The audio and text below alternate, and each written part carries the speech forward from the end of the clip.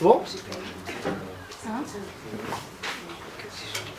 Tov, Erev Tov, Erev Tov. Alors évidemment, j'aurais pu utiliser le joker. Non, mais la femme est fatiguée, il faut que je reste à la maison. Mais pas du tout. C'est pas un joker, hein. Quoi, c'est pas un joker? Non. C'est quoi? C'est qu'un bébé, hein. C'est ça, franchement. Donc je suis très content d'être ici. Et en plus, vous allez voir, enfin, je vais essayer de faire passer aussi dans le message du cours de ce soir ce que j'ai ressenti ces derniers jours. Parce que je trouve que c'est évidemment lié non seulement avec le cours, mais particulièrement avec la période dans laquelle nous sommes. Ce soir, nous n'allons pas parler de la parashat de Shavua, on ne va pas parler de parashat Bechukotai, bien qu'il y ait énormément de choses à dire là-dessus, mais on va parler eh bien, de cette, je ne sais pas comment l'appeler, fête, de ce moment très particulier qui pointe le bout de son nez mercredi soir à Réou Lag Baomer. En fait, on va parler de Lag Baomer et plus généralement de cette période du Homer qui n'est certainement pas ce qu'elle y paraît. Le titre du cours ici, pour ce qui est du titre en français, j'ai dit quoi? Tout ça pour un gros rhume? Et j'aimerais qu'on rentre dans le vif du sujet avec, évidemment, ce qui est d'abord politiquement pas correct. Quand on parle du Homer, de Sfirat à Homer, eh bien, tout d'abord, c'est des psukim. Il y a dans la Torah 4 Sfirot, 4 décomptes, qui sont tous d'ailleurs marqués dans le livre de Vayikra, que nous terminons ce Shabbat. Il y en a des positives et des négatives, ou du moins des a posteriori et des a priori. Il y a le décompte de la Nida, qui se prépare à retrouver son mari, Azav et Azava, et il y a le décompte de la Shemitah, du Yovel, et décompte du Homer. Et pour ce qui est du décompte du Homer, eh bien, ça commence par les psukim qu'on connaît tous, et que lorsqu'on essaie de les chanter, on se rend compte que la chanson, elle ne rentre pas dans les mots. Tout va bien. Usfartem lachem mimachorat ha-shabbat, miyom eviachem et omer atenufa, sheva shabbatot temimot tiyena, ad mimachorat ha-shabbat ha-shevi'it, tisperu 50 yom, veikramtem mincha chadasha la-Hashem. Rien de foufou, il s'agit des versets, tout simplement, de Sfirat HaOmer. Et la première question que j'aimerais vous poser, ça va être une question qui va nous aider à démarrer ce shiur, et on y reviendra à la fin pour y répondre. C'est une question qui est posée par Baal Sefer HaChinuch. Sefer HaChinuch, dans la source numéro 2, il pose une question très simple. Il dit, Al-Panav, on ne devrait pas appeler ce décompte, cette mitzvah, Sfirat HaOmer. Comment est-ce qu'on devrait l'appeler? À quoi elle sert, cette mitzvah? Je vous le demande. À quoi ça sert de compter le Homer? C'est quoi l'idée? C'est pour se préparer à Shavuot. C'est exactement ce que dit Baal HaChinuch. Mishorshei mitzvah, dans les racines de la mitzvah, al tzad hapshat, c'est la base. Lefi shekol ikaran shel Israël eino ela Torah. Et il va développer ça. Il dit, comme c'est la Torah la base du peuple juif, eh bien il faut se préparer à pouvoir arriver à Shavuot. Très bien. Mais alors si c'est le cas, hein, n'appelle pas ça Sfirat HaOmer. Appelle ça Sfirat ad Shavuot. Bichlal, je rentre pas dans la She'ela, alors fais un compte à rebours. Compte pas 1, 2, 3. Compte le premier soir, il reste 49 jours avant Shavuot, 48, et ainsi de suite. Mais qu'est-ce que ça veut dire Sfirat HaOmer? On parle de quoi là? Le Homer, tu parles du Korban? Mais le Korban, c'est une journée. Anafat HaOmer, c'est le premier jour après le lendemain de Pessah. Donc quel rapport de dire que 30 jours du Homer? C'est quel jour? Et donc cette tchouva du Sefer HaChinuch, de dire que oui, le Homer c'est la préparation à Shavuot parce que tout dépend de la Torah, ça ne fait que... c'est pas une réponse. C'est une réponse qui ne fait que intensifier la question. Pourquoi ça s'appelle Sfirat HaOmer? Ça n'a rien à voir après. Alors de cette question, évidemment, j'ai dit on y reviendra, mais il faut d'abord comprendre quelle est cette période qui nous pénètre aujourd'hui. Parce que lorsqu'on parle de Sfirat HaOmer aujourd'hui, tout de suite, et quand on était à l'approche de Yom HaAtzmaut, il y a plusieurs personnes qui m'ont posé des questions au niveau on va se raser, on va écouter la musique, et comment c'est possible que tu dis? Parce qu'aujourd'hui, quand on dit Sfirat HaOmer, sans gêne, comme ça, direct, Avelut Sfirat HaOmer. Aujourd'hui, on te parle de Sfirat HaOmer, on te dit, c'est une période de deuil. Ah bah oui, c'est une période de deuil, on va te raser, on n'a pas rasé. Et pourquoi c'est une période de deuil? Ah, histoire avec les élèves de Rabbi Akiva. On en oublie qu'à la base, c'est Yom Tov. Bah, j'exagère peut-être dans Yom Tov, mais c'est un moment extrêmement samer. Sans parler du fait que je me prépare à Shavuot, que c'est sympa. Nous dit ici dans la source numéro 3, le Ramban, il appelle cette période-là avec un titre connu, que du moins on connaît dans d'autres circonstances. Regardez ce qu'il dit. וציווה בחג המצוות 7 ימים בקדושה לפניהם ולאחריהם כי כולם קדושים ותוכם השם טה פטפום. Sautez une ligne, regardez ce qu'il dit le Ramban à la fin de la source numéro 3. Donc il te dit il faut aller jusqu'à Yom Matan Torah, Vehu Yom Matan Torah, She'arehem bo, là-bas on peut retrouver tout le dévoilement de la parole de Dieu. Sauf que comment est-ce qu'il va appeler cette période-là entre Pesach et Matan Torah? Regardez ce qu'il dit dans la deuxième ligne. Vayamim asfurim bentaim kechulo shel moed ben harishon ve'ashmini. C'est-à-dire pour le Ramban, toute la période entre Pesach et Shavuot, c'est Chol HaMoed Echad Gadol. C'est un grand Chol HaMoed. De la même façon qu'il y a Chol HaMoed entre le premier jour de Sukkot et le 8e jour de Sukkot, eh bien il y a Chol HaMoed entre le premier jour de Pesach et le 8e jour de Pesach qui est Shavuot. Donc c'est un Chol HaMoed, c'est super sympa Chol HaMoed. Ça n'a rien à voir avec le deuil.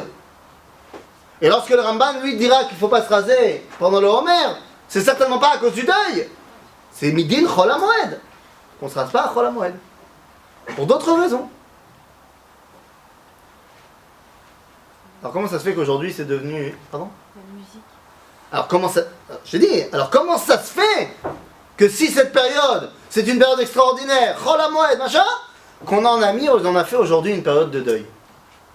À tel point que j'étais tout à l'heure à Yerushalayim Ira Kodesh, au centre-ville. J'ai descendu de la Rakevet Akala avec ma fille, juste à côté de Maafé Neheman. Il y avait là-bas un monsieur habillé en tenue, en panoplie de rabbin, qui jouait de la guitare. Il m'a dit, mais comment ça se fait qu'il joue de la guitare? C'est Sfirat HaOmer. Genre, la première chose qui m'est venue en tête, c'est l'homme Seder de jouer de la musique. Je dis pas qu'elle a tort. Je dis, comment ça se fait qu'on en a fait de cette période, qui à la base est une période extraordinaire, on a fait une période de deuil. Et là, tout de suite, vous me dites, comment ça se fait? Il y a quoi? J'ai pas entendu. Les 24 000 élèves de Rabbi Akiva, qui, comme on le sait, sont morts d'un rhume.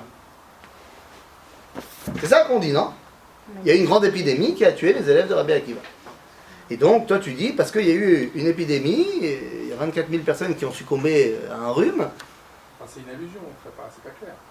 Je sais pas, je pose la question. De manière générale, on me dit 24 000 élèves de Rabbi Akiva, ils sont morts pendant l'épidémie. C'est une épidémie. Enfin, Hein? on dit que c'est une épidémie. On dit que c'est une épidémie, ça, j'appelle ça un rhume.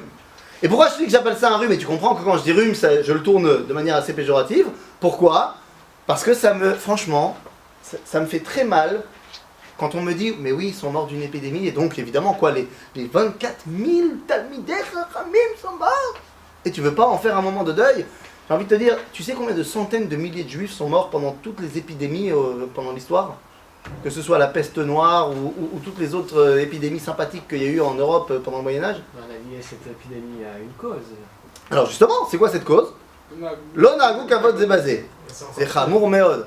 Parce que c'est vrai que pendant d'autres périodes, on était super pouchi-mouchi les uns avec les autres. Non, franchement, hein, c'était génial, on s'adorait. Nous, Bémet. On n'était pas les élèves du Rabbi Akiva. Ah, on n'était pas les élèves d'autres rabbinim. Tu comprends? L'épidémie, elle était facile. Elle est... Seulement sur les talmidim de Rabbi Akiva. Dis-moi, montre-moi un endroit où il y a marqué que si t'étais pas élève de Rabbi Akiva, t'étais pas malade. Les amis, il faut qu'on rentre justement dans ces sources-là pour comprendre qu'il ne s'agit absolument pas d'une épidémie. C'est une blague. Je dis pas qu'il n'y a pas eu d'épidémie. Hein. On va le voir. Je pense qu'il y a eu une épidémie. Vous allez voir que ça n'a rien à voir avec l'épidémie, c'est pas du tout à cause de l'épidémie qu'on est en guerre, qu'on est en deuil dans cette période-là. En plus, c'est bizarre de faire un deuil pour des élèves chez Nona, Abou, Kavod, Zelazé. Bichlal, tout est bizarre. Bizarre de faire un deuil pour des élèves qui finalement ne sont pas montrés à la hauteur de leur maître. Bizarre de faire Bichlal du deuil pour des élèves qui sont morts, alors que dans l'histoire il y en a eu plein d'autres qui sont morts, on n'a jamais fait de deuil. Épidémie pareil, tout est bizarre. Il semblerait qu'il y a une autre raison qui est beaucoup plus raisonnable pour ce qui est de la déclaration d'un deuil national. Les amis, les élèves de Rabbi Akiva, ils sont 24 000, certes, mais ils sont morts dans les mêmes circonstances que d'après les historiens sont morts près d'1 million de juifs. On n'a pas de chiffre exact parce qu'on n'a pas de Flavius Joseph pour cette époque-là. Sont morts dans la guerre de Bar Korva. Je balance comme ça, ne vous en faites pas, je vais appuyer mes dires. Tout d'abord, le Rambam, dans Ilchot Melachim, chapitre 11, à la source numéro 4 ici, à la halakha 6, le Rambam va nous dire, c'est quoi le Mashiach? Dans les premières halakhot du chapitre 11, il nous parle du Inyan, de l'idée de ce que c'est le Mashiach, et après il nous dit une chose très intéressante. Regardez ce que dit le Rambam. Al ya'ale al da'atra. Ne viens pas penser shemelech ha-Mashiach tzarich la'asot otot u'moftim, que le Mashiach il doit faire des miracles. U'mechadesh dvarim ba'olam u'mechayeh metim. Okayotze badvarim ha'elu, genre qu'il doit ressusciter les morts, qu'il doit faire des trucs de déglingo, que ça doit être un Harry Potter avec des péotes. Qu'est-ce qu'il rajoute le Rambam? Je veux pas le dire moi, alors quelqu'un le dit? C'est ce que les idiots pensent. Moshe tipshim omrim. Quoi ces choses? C'est le Rambam, c'est pas moi. Il y a des gens, d'après le Rambam, sont débiles, ils pensent que le Mashiach, ça va être un faiseur de miracles. Ein adavar ken. C'est pas comme ça. Ken? She'areh Rabbi Akiva. Il va prendre comme exemple Rabbi Akiva. Il dit Rabbi Akiva, chacham gadol, mi chachmei ha-Mishnah. Donc c'était pas seulement chacham gadol, c'était le patron. Ve quoi? Vehu haya nosek elav shel ben Koziva hamelech. Il est devenu l'écuyer de Bar Korva. Alors évidemment, il ne s'agit pas d'écuyer au sens moyenâgeux du terme. Je vois mal Rabbi Akiva, qui était déjà âgé de 117 ans à ce moment-là, commencer à porter le bouclier de Bar Korva. C'est pas de ça qu'on parle. C'était son soutien numéro 1. C'était le soutien, oui c'était pas Godefroy de Montmirail, c'était le soutien numéro 1 de Bar Korva Hamelech. Vehu haya omer alav, Rabbi Akiva il parlait de Bar Korva, il disait Shehu Hamelech HaMashiach. Et je pense, entre parenthèses, que Rabbi Akiva il connaissait la Torah. C'est-à-dire, c'est un vrai rabbin Rabbi Akiva? Orthodoxe? C'est bon? Il a un chapeau? Tout va bien.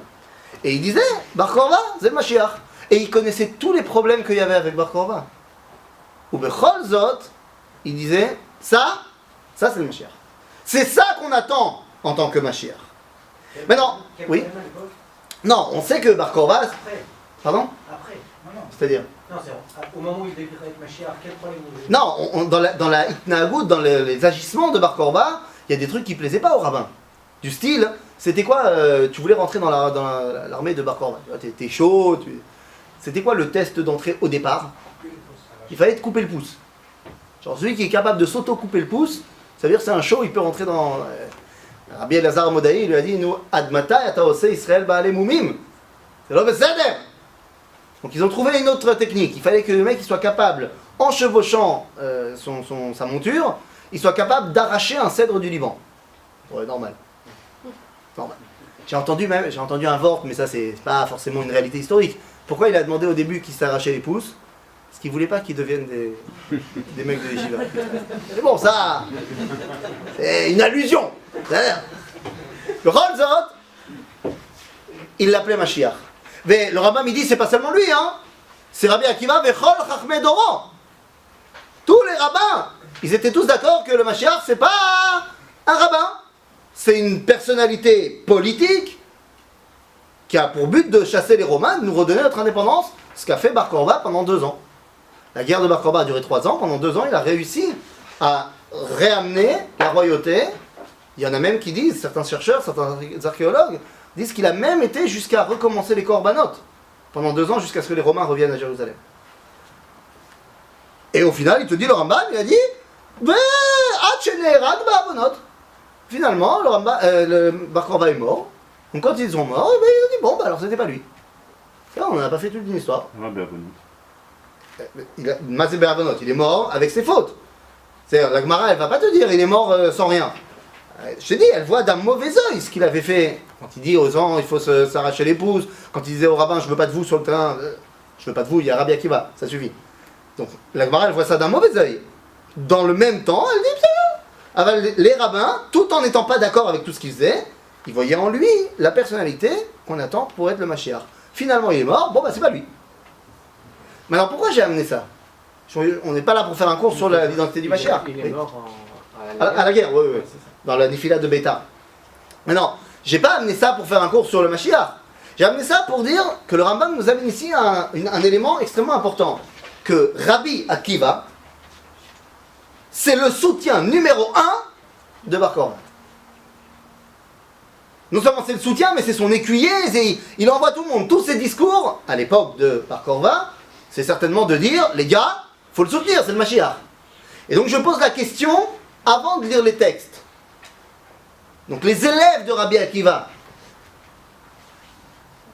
vous pensez qu'ils sont au Beth Midrash ou qu'ils sont à la guerre de Bar Korva? Quand on voit ce que le patron, le rabbin, il dit, évidemment qu'ils sont aussi sur le champ de bataille. Ça paraît évident avant qu'on lise les textes. Maintenant que ça paraît évident avant qu'on lise les textes, on va lire les textes. Qu'est-ce qu'elle nous dit la Gemara tellement connue sur l'Onahagu Kavod Zebazé? Eh bien regardez. Dans la Makar numéro 5 de la Gemara, dans la Seret Yevamot, on nous dit la chose suivante. Amrou, on nous parle de cette histoire-là, on nous dit Shneim Asar Elef Zugim Talmidim Ayulo le Rabbi Akiva. Rabbi Akiva, il avait 12 000 couples d'élèves, donc 24 000 élèves. Migivat ad Antipatres, donc ça couvrait tout le territoire d'Israël de l'époque. Vechulam metu beperek echad mipnei shelo nahagu kavod ze laze. Et tous sont morts dans une période parce qu'ils ne se respectaient pas les uns les autres. On n'a pas dit qu'ils sont morts comme ça. C'est-à-dire, lo nahagu kavod ze bazé, c'est pas comment ils sont morts. C'est la raison profonde de pourquoi ils sont morts. Une petite question. Là, pour l'instant, on n'est que dans les allusions. On va voir après dans le texte noir sur blanc. Mais à partir de quel moment le fait de ne pas se respecter les uns les autres, ça devient dangereux? À la guerre. Parce qu'au Beth Midrash, tu comprends bien que si je te dis, tu peux m'amener ce livre-là, et je te dis non. L'Okarakloum. Mais si sur le champ de bataille, tu lui dis, toi, tu prends ton équipe, tu vas à droite, et nous on passe par la gauche, je dis non. Là, ça peut commencer à devenir dangereux. L'Onahagu Kavod Zelazé. Top, Besséder, faut voir ce qui se passe ensuite. L'Onahagu Kavod Zelazé. Vaya Olam Shamem. Ad Sheba Rabbi Akiva Etzel Rabotenu Sheba Darom. Donc là, on nous passe directement à l'après. On nous dit, quand il a perdu ses élèves, bon bah très bien, il est parti au sud et il en a fait 5 autres. Qui sont Rabbi Meir, Rabbi Shimon, Rabbi Yehuda, Chadome. Il a fait 5 autres élèves. Mais ensuite, la Gemara, elle revient sur ses premiers élèves et nous dit la chose suivante. Vem et Midou Torah, les 5 suivants. Otasha. Tana, Kulam Metu, donc on reparle des anciens élèves, Mi Pesach, Vadatzeret. Ok, ils sont tous morts entre Pesach et Shavuot. Donc pourquoi est-ce qu'après l'Akba Omer on s'arrête de le deuil? Bizarre. Attends. Amar Rav Chama Baraba, Veitema Rabbi Chia Baravin, Kulam Metu, c'est là que ça devient intéressant, Mitara'a. Ils sont morts d'une mauvaise mort. Maï, Amar Rav Nachman, Askara. Voilà la Gemara dans Yevamot que tout le monde cite, sans la citer. Ils sont morts d'une mauvaise mort, c'est ce que dit la Gemara. Un des Amoraïm, Rav Nachman, dit, pour lui, c'est quoi la mauvaise mort? Askara. Que les commentateurs vont traduire par une maladie, une maladie, je ne sais pas comment on peut traduire aujourd'hui de quelle maladie il s'agit. C'est un truc qui faisait que tu avais des problèmes respiratoires et finalement tu t'étouffais. Ça, c'est comme. Je ne suis pas assez dans ce je ne peux pas vous dire exactement de quoi il s'agit, mais c'est de ça qu'on parle. Maintenant, la Gemara ne nous a pas dit qu'ils sont morts d'une épidémie. La Gemara nous a dit, ils sont morts mita ra'a, une mauvaise mort. Agnien, Shnia, c'est quoi mita ra'a? Pour savoir ce que c'est mita ra'a, je vais demander à la Gemara, qui m'a dit qu'ils sont morts mita ra'a. Et la Gemara, dans la source suivante, dans le traité de Sanhedrin, nous dit, ça n'a rien à voir avec Bar Korva, mais on nous dit, vous savez, il y a un din, une mitzvah de Ve'afta l'elacha kamocha. Le Gemara pose la question, dans la source numéro 7 ici, c'est la 6, pose la question, il dit, si jamais il y a un mec qui est condamné à mort, bon, il a fait Averot, machin, il est condamné à mort, par le Beddin. Le Beddin, il doit quand même au moment où il le condamne à mort, il doit respecter Ve'afta l'elacha kamocha. Nous dit donc la Gemara, Beror lo mita yafa. Il faut que tu lui fasses une mita yafa. Mita yafa, c'est l'inverse de mita ra'a. De la même façon qu'on dit en hébreu, yesh te'enim yafot, ve te'enim ra'ot. C'est-à-dire, mita yafa, c'est l'inverse de mita ra'a. Je ne sais pas encore ce que c'est ni l'un ni l'autre. Donc la Gemara peut dire, maï mita yafa, mita shelo mevaza et adam. C'est une mort qui ne fait pas honte à l'homme. Virgule, donc la Gemara continue et dit, ok, donc c'est quoi une mort qui fait honte à l'homme? Mais ta Gemara, mitat cherev. La mort par l'épée. Pourquoi? Parce que ça fait des trous dans le corps de l'homme, c'est pas cool. C'est l'homme mechabel. Donc, viens, on refait le film à l'envers. Si mita yafa, c'est une mort qui fait pas honte à l'homme, et qu'une mort qui fait honte à l'homme, c'est une mort par l'épée, et que donc c'est l'inverse de mita yafa, donc qu'est-ce que c'est mita ra'a? C'est une mort par l'épée. Donc quand la Gemara te dit que les élèves de Rabbi Akiva sont morts mita ra'a, ça veut dire qu'ils sont morts par l'épée. Qu'est-ce qui vient te dire Rav Nachman? Te dit Amar Rav Nachman Askara. Alors premièrement, je pourrais jouer le joker de dire que Rav Nachman il parle araméen et que l'araméen c'est une langue qui est non seulement commune aux langues sémites, donc à l'hébreu, mais également à l'arabe. Or toute personne ici qui parle mieux arabe que moi, c'est que Askar en arabe, c'est l'armée. Donc on peut très bien penser que Askara pour lui c'est aussi l'armée. Ou alors, si on suit les Rishonim Ashkenazim qui ne parlaient pas cette langue-là, et qui ont dit que Askara c'était une maladie, ça ne me dérange pas non plus du tout.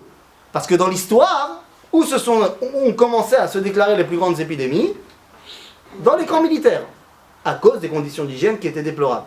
Donc j'ai absolument aucun problème de me dire qu'effectivement il y a eu une épidémie. Mais ce n'est pas l'épidémie qui m'intéresse. C'est où elle s'est déclarée, quel était le contexte de cette épidémie, et ce contexte, c'était Milchemet Bar Korva. Top, alors là vous me direz, oui mais oh, là tu as fait des allusions, des trucs, je veux du concret. Est-ce que, si vraiment tu dis qu'ils sont morts, Milchemet Bar Korva, est-ce que la Gemara n'aurait pas pu nous le dire de manière plus concrète, textuellement? Eh bien elle l'a fait. Elle l'a fait, il faut simplement savoir le lire. C'est pour ça que je vous ai amené ici la source numéro 7 et 8. La source numéro 7 et 8, elles viennent toutes les deux de la Gemara dans le traité de Moed Katan. Et là-bas, on nous raconte deux histoires très bizarres. Première, donc je dis oralement, la source numéro 7, Maaseh metu banav shel Rabbi Akiva. Voilà, ma'anien. On nous parle des enfants de Rabbi Akiva qui sont morts. Tout d'un coup, les enfants de Rabbi Akiva meurent. Du vivant de leur père. Et la Gemara nous raconte que tout Israël est venu pour lui faire un kavod, l'éloge funèbre, machin. Rabbi Akiva, ça lui a fait un kiff. De voir tout le monde comme ça lui a fait un kiff. Et regardez ce qu'il dit. Il dit Vetanya Maaseh umetu banav shel Rabbi Akiva nichnesu kol Israël ve'espidou mesped gadol Beshat petiratan, quand tout le monde était en train de partir, Amad Rabbi Akiva al safsal gadol, Rabbi Akiva s'est mis sur la bama et a dit Ve'amar achenu bet Israël. Je vous parle à tous. Afilu shnei banim chatanim menucham hu bishvil kavod she'asitem. Genre Rabbi Akiva, je ne sais pas si vous êtes d'accord avec moi, mais enfin bon, il connaît un peu toute la Torah. Donc quand il veut dire un truc, ses mots sont évidemment choisis. S'il choisit d'illustrer sa pensée par une halakha ou par une expression, elle veut dire quelque chose. Qu'est-ce qu'il veut dire Rabbi Akiva quand il dit même deux fils khatanim? Ça me fait du kiff de vous avoir vu tous venir. En quoi j'ai besoin de savoir que les fils de Rabbi Akiva qui viennent de mourir étaient khatanim? Eh bien parce que je sais que d'après la Torah, un khatan, la Agdara du khatan, c'est l'année de son mariage. Il n'a pas le droit de se mettre en danger, d'aucune façon que ce soit. Patour aussi Mima? Grave. Ah, c'est pas évident ce que tu dis. Il est pas tour si jamais l'État d'Israël décide d'aller envahir la Turquie. Alors, un khatan qui serait à ce moment-là, première année de son mariage, il n'a pas le droit d'y aller. Il n'est pas tour de ce qu'on appelle dans la halakha milchemet reshut. Aval, est-ce qu'il a le droit, hein, est-ce qu'il n'est pas tour, de milchemet mitzvah, d'une guerre de mitzvah? Entre parenthèses, c'est quoi? Le Rambam nous dit qu'il y en a 3 sortes. Amalek, bon, c'est pas le cas. La guerre contre les 7 peuplades cananéennes, c'est pas le cas. Ou alors, Ezrat Israël miyad atzar haba alehem. Parce que le peuple juif doit se défendre contre un ennemi qui l'attaque. Là, en l'occurrence, c'est de ça qu'on parle. Eh bien, milchemet mitzvah, nous dit la Gemara et la halacha. Afilu chatan yotze michedro vechala michupata. Même le khatan et la kala, ils doivent participer à l'effort de guerre. Et donc, qu'est-ce qu'il vient nous dire ici, Rabbi Akiva? Et d'ailleurs, entre parenthèses, deuxième fois, les enfants de Rabbi Akiva, il y a de fortes chances qu'ils faisaient partie aussi des élèves de Rabbi Akiva. Et donc, on nous dit, voilà, mes enfants, mes élèves, 2 de mes élèves, ils étaient khatanim, et pourtant ils se sont mis en danger. C'est quoi le seul cas où ils ont le droit de se mettre en danger? Milchemet mitzvah. Donc on peut voir ici que les enfants de Rabbi Akiva sont morts dans la Milchemet mitzvah. Et le makor suivant, le makor numéro 8, c'est une autre histoire bizarre. Maaseh umetu banav shel Rabbi Ishmael. C'est bizarre, c'est une génération comme ça où tous les enfants de Rabbanim, ils meurent. Rabbi Ishmael, c'est la chavruta de Rabbi Akiva. Et dans le monde des yeshivas de l'époque, c'était genre les élèves en shiura aleph bet, ils allaient chez Rabbi Ishmael, après ils passaient chez Rabbi Akiva. C'était comme ça le truc. Donc il y a fort à penser aussi que les enfants de Rabbi Ishmael, ils ont passé le stade shiura aleph bet. Ils font aussi partie des élèves de Rabbi Akiva. Maintenant, qu'est-ce qui se passe quand ils meurent? Alors là, vous voyez, c'est plus long, parce que pour le coup, il y a 4 rabbins qui viennent parler. 4 rabbins qui viennent faire l'éloge funèbre des enfants de Rabbi Ishmael. Là encore, ce sont des rabbins qui connaissent toute la Torah, et donc à chaque fois qu'ils vont faire l'éloge funèbre, ils vont choisir un verset. Un verset dans tout le Tanakh. Il y en a beaucoup des versets dans le Tanakh. Donc t'imagines bien que s'ils en ont choisi un, c'est qu'il était évidemment en corrélation avec l'événement. Alors regardez ce qui se passe. Tanu Rabbanan, כשמתו בניו של רבי ישמעאל נכנסו 4 זקנים לנחמו, רבי טרפון, רבי יוסי הגלילי, רבי אלעזר בן עזריה ורבי עקיבא. Ça commence à sonner déjà vu par rapport à notre shiur sur Pessah, c'est les mêmes rabbins. C'est-à-dire, ça va. אמר להם רבי טרפון דהו שחכם גדול הוא, il parle de רבי ישמעאל, ובקיא באגדות, אל ייכנס אחד מכם לתוך דברי חברו. Genre, venez, on se tape pas, on se dit pas les mêmes psukim, on va pas faire de la redite. Rabbi Ishmael, c'est pas un petit joueur, il faut qu'on soit mékorim. Ok, très bien. Amar Rabbi Akiva va ani acharon. Ok, Rabbi Akiva a dit, ok, moi je parle en dernier. C'est ça. Ok, בסדר גמור. פתח רבי ישמעאל ואמר, רבו עוונותיו, תכפו עבליו. En gros, il dit, j'ai mal. Là, il est en train d'enterrer ses enfants. Il dit, koev li. Et donc maintenant, vont arriver les 4 rabbins pour essayer de les nachem. Qu'est-ce qu'ils vont lui dire? Eh bien, regardez. Nana Rabbi Tarfon. בסדר? C'est le premier. Nana Rabbi Tarfon. Et qu'est-ce qu'il dit? Ve'amar. Ve'achechem kol bet Israël yifku et aserefa. De quoi on parle? Il dit, il a amené le verset qui parle de la mort de Nadav et Avihu. Tout le monde connaît Nadav et Avihu? Nadav et Avihu, les enfants de Aaron à Cohen, qui lorsqu'ils voient que Aaron et Moshe n'arrivent pas à faire descendre le feu, ils disent, bon, on y va les gars. Et ils font un acte qui va marcher ou qui va pas marcher d'ailleurs. Ils rentrent dans le Kodesh HaKodashim, ils y amènent un feu étranger, ils vont mourir à cause de ça. Et ça marche ou pas? Ça marche. Le feu il descend. C'est le même feu qui descend du ciel, qui prend la neshama de Nadav et Avihu et qui prend les korbanot. Et qui lance l'inauguration du Mishkan, du Beth Amikdash. Ça marche. Et donc le passouk que Rabbi Tarfon nous donne, c'est de dire, voilà, je vais t'amener l'histoire de Nadav et Avihu. Et il te dit, Uma Nadav et Avihu, she'afilu im asu mitzvah achat, az habanim shelcha al achat kama vechama. Genre, il prend comme exemple Nadav et Avihu pour parler des enfants de Rabbi Ishmael. Et Nadav et Avihu, qu'est-ce qu'ils ont fait? Ils ont fait un acte qui a permis d'amener l'inauguration du Beth Amikdash. Quand on connaît un tout petit peu ce qui s'est passé historiquement durant la guerre de Bar Korba, eh bien, une des choses qu'ont fait les soldats de Bar Korba, c'est de libérer Jérusalem pour pouvoir y recommencer à Avodat HaKorbanot. Bon. Rabbi Yossé Aglilili, c'est juste après la parenthèse, il y a marqué Melachim, vous voyez la parenthèse où il y a marqué Melachim, à droite. Ve'amar, alors, Na'ana Rabbi Yossé Aglili ve'amar, ve'savdu lo kol Israël ve'kivru oto ve'alo dvarim kal vachomer. Uma avia ben Yerovam shelo asa el adavar echad tov. De quoi on parle? Il nous amène un verset qui vient du Sefer Melachim, qui parle de Avia ben Yerovam. Avia ben Yerovam, vous avez entendu parler de Yerovam ben Nevat? Jéroboam en français? C'est celui qui a fait le schisme, celui qui a découpé le peuple juif en deux, sous l'ordre de Dieu, certes, mais qui après est parti en freestyle. Alors, pour remplacer le Pulchan, pour remplacer le service au Beth Amikdash, il a construit 2 veaux d'or, un au nord à Dan et un au sud de son royaume à Bethel. Il empêchait les gens de revenir à Jérusalem. Et oui, c'est ce qu'on ne dit pas. Mais Yerovam ben Nevat, il a construit un mur qui empêchait les gens d'arriver à Jérusalem. Et il a dit, oui, si les gens reviennent à Jérusalem, pour Pessah, Shavuot, Sukkot, ils vont kiffer Rechavam, fils de Shlomo, ils vont revenir vers le royaume de Yehuda, et donc ils vont quitter le royaume d'Israël. Il les empêchait d'y aller. En quoi? Pourquoi? Quel rapport maintenant de prendre le verset qui parle de son fils, qui n'était pas un grand sadique non plus? Seulement il a fait un truc dans sa vie, son fils. Il a enlevé cet interdit de revenir à Jérusalem.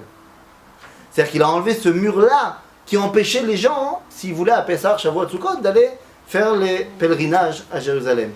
En quoi c'est un rapport ici avec les morts des enfants de Rabbi Ishmael?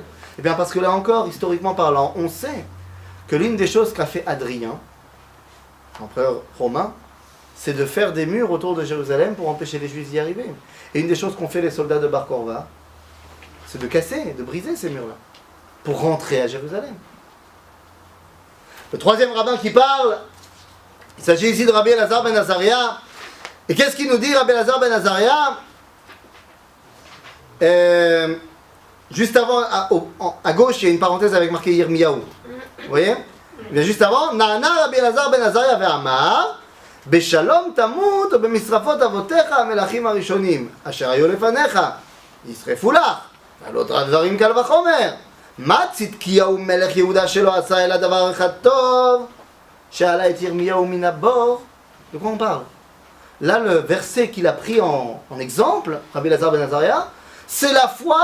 On parle de Tzidkiyahu, le dernier roi de Judée, qui lui non plus n'était pas un tzaddik mi-odéama, qui a mis Yirmiyahu en prison, le prophète Jérémie en prison, mais qui finalement l'a sorti de prison. Lorsqu'il a entendu les lamentations de Jérémie, finalement, Megillat Echa, finalement il le sort de prison. Et il dit de la même façon que lui, il a fait qu'un seul truc bien, c'est d'avoir sorti Yirmiyahu de prison. Les enfants de Rabbi Ishmael, Alachat Kama Vechama. La Megillat Echa, tout le début de la Megillah, c'est la raison pour laquelle il l'a mis en prison. Parce que qu'est-ce qu'il dit dans la Megillah Techa? Vous avez déjà vu les lamentations de Jérémie? On va être détruit, on va perdre, les Babyloniens vont gagner. Donc ça n'a pas fait kiffer le roi.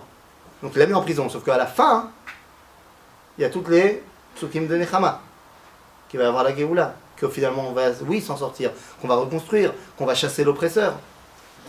Et c'est là qu'il va le sortir de prison.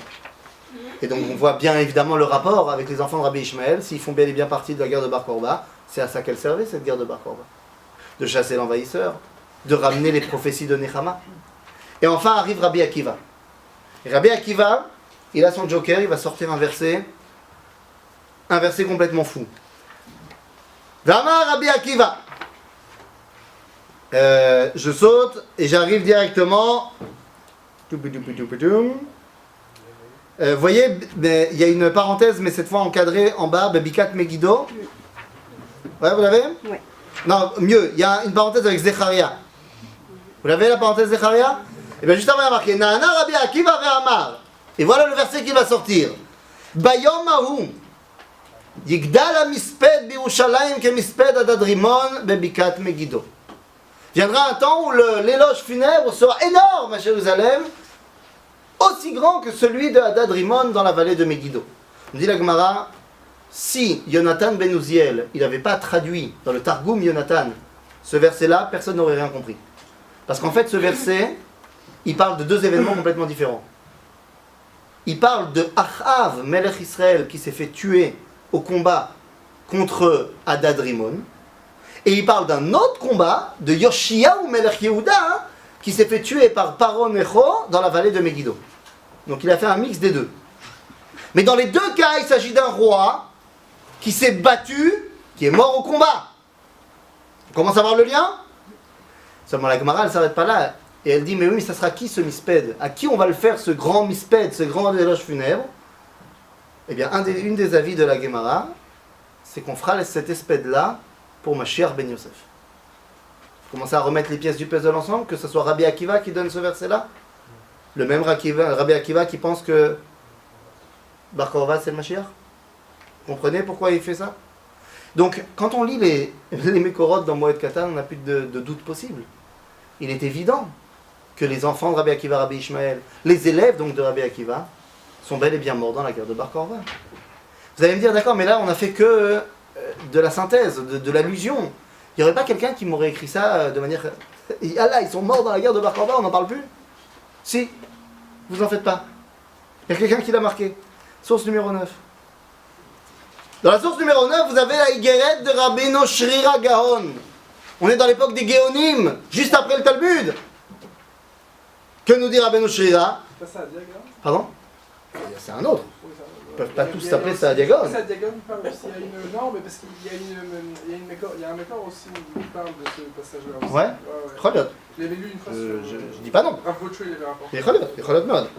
De toute façon, Imza Emet, c'est pas étonnant que d'autres le rapportent. Là, en l'occurrence, dans la Higueret de Rabbeinu Shrira Gaon, il dit comme ça: Ve'emid Rabbi Akiva talmidim arbe, ve'aya shmada dehainu milchemet bar korva à la talmidim shel Rabbi Akiva ve'chul. Voilà, c'est clair. Ils sont morts dans la guerre de Bar Korva. Alors attendez, je comprends pas. On fait le deuil. Donc évidemment, la guerre de Bar Korva, c'était quoi? C'était une tentative pour ramener la Géoula. C'était une tentative pour pousser les Romains, retrouver notre indépendance, et yalla, Mashiach, Inyanim. Ça a raté. Au final, on sait. Si la grande révolte, qu'on appelle la grande révolte, entre 66 et 70, qui a amené à la destruction du Beth Amikdash, ça a été un coup dur pour le peuple juif. La révolte de Bar Korba, hein, ça a été un coup dramatique pour le peuple juif. C'est-à-dire que si Flavius Joseph nous parle de près d'un demi-million de morts dans la grande révolte, c'est rien comparé à ce qui s'est passé dans la guerre de Bar Korba. Au final, la destruction de la fin de la guerre de Bar Korba était beaucoup plus grande que la destruction à la fin du Beth Amikdash. Parce qu'à la fin de la destruction du Beth Amikdash, finalement, il y a encore des Juifs à Jérusalem. On n'est pas interdit de séjour. Les Romains se sont calmés. La vie retrouve son cours. Alors certes, on n'a plus de Beth Amikdash. Certes, on a pleuré. Certes, on a enterré beaucoup de nos familles. Mais la vie continue. Après la guerre de Bar Korva, qui entre parenthèses a été un moment dramatique, pas que pour nous, mais pour eux aussi. Il faut comprendre que les Romains, à la fin de la guerre, pour gagner cette guerre, ils ont été obligés de mobiliser 14 légions en Judée. Vous savez qu'une légion, c'est à peu près 20 000 légionnaires, avec les combattants et les mecs qui sont derrière pour... Faites le calcul. Il n'y a que 3 fois dans l'histoire de l'Empire romain qu'ils ont mobilisé autant de gens, c'est pratiquement toute l'armée, y compris les réservistes. Pour conquérir l'Hispanie, pour faire la guerre sur les Parthes avec Pompée, et là. Pourquoi? Pour battre des Judéens, qui à 70 ans leur a détruit le Beth Amikdash. C'était une guerre d'une proportion incroyable. Mais la destruction était tout aussi incroyable à la fin. Et il y a eu les fameuses interdits, les décrets d'Adrien. On va changer le nom de Jérusalem en Alia Capitolina. On change le nom de la Judée en Palestina, Sura Palestina. Un juif n'a plus le droit d'habiter à Jérusalem, c'est la loi. Un juif n'a plus le droit d'habiter dans n'importe quel endroit où il pourrait voir Jérusalem. C'est pour ça que les rabbinim vont monter au nord. Tveria, Césarée. Parce qu'on ne peut plus rester, oui, soit plus tard, mais parce qu'on ne peut plus rester en Judée. Vous comprenez le drame? Et donc c'est la raison pour laquelle dans la Gemara on n'en parle pas objectivement et textuellement. C'est un peu comme on a parlé pour Yom HaShoah. C'est trop proche des événements, ils n'arrivent pas à en parler. À tel point que la Gemara elle dit à un moment donné, dans Maseret Brachot je crois, que lorsque Rabbi Yehuda Hanassi, il parlait de la guerre de Bar Korva, des morts de Beitar, alors il donnait 70 Pérouchim. Et Rabbi Yochanan, il donnait, je crois qu'il dit, la Gemara dit 110 Pérouchim ou un truc comme ça. Donc il pose la question à Agmara, il dit comment ça, Rabbi Yochanan qui est un Amora, il est plus grand que Rabbi Yehuda Hanassi qui est un Tana. L'Agmara elle dit non, pas chaud, quand Rabbi Yehuda Hanassi il parlait, il y avait encore des vieux dans la choule qui étaient enfants à l'époque de la guerre de Bar Korba, et quand il parlait, ils étaient tous en larmes. Donc il était obligé de s'arrêter. Rabbi Yochanan c'était 2 générations après, alors il n'y avait plus personne qui avait vécu les événements, donc il pouvait parler plus. Donc on comprend pourquoi le Talmud il n'en a pas parlé, ça a été très très très dur à vivre. Mais on comprend que si effectivement, cette période-là, les élèves de Rabbi Akiva sont morts dans la guerre de Bar Korva, avec tout ce qu'elle amène, alors oui, après l'échec, il y a de quoi faire un deuil. Parce que c'est ce qui a marqué le début de l'exil.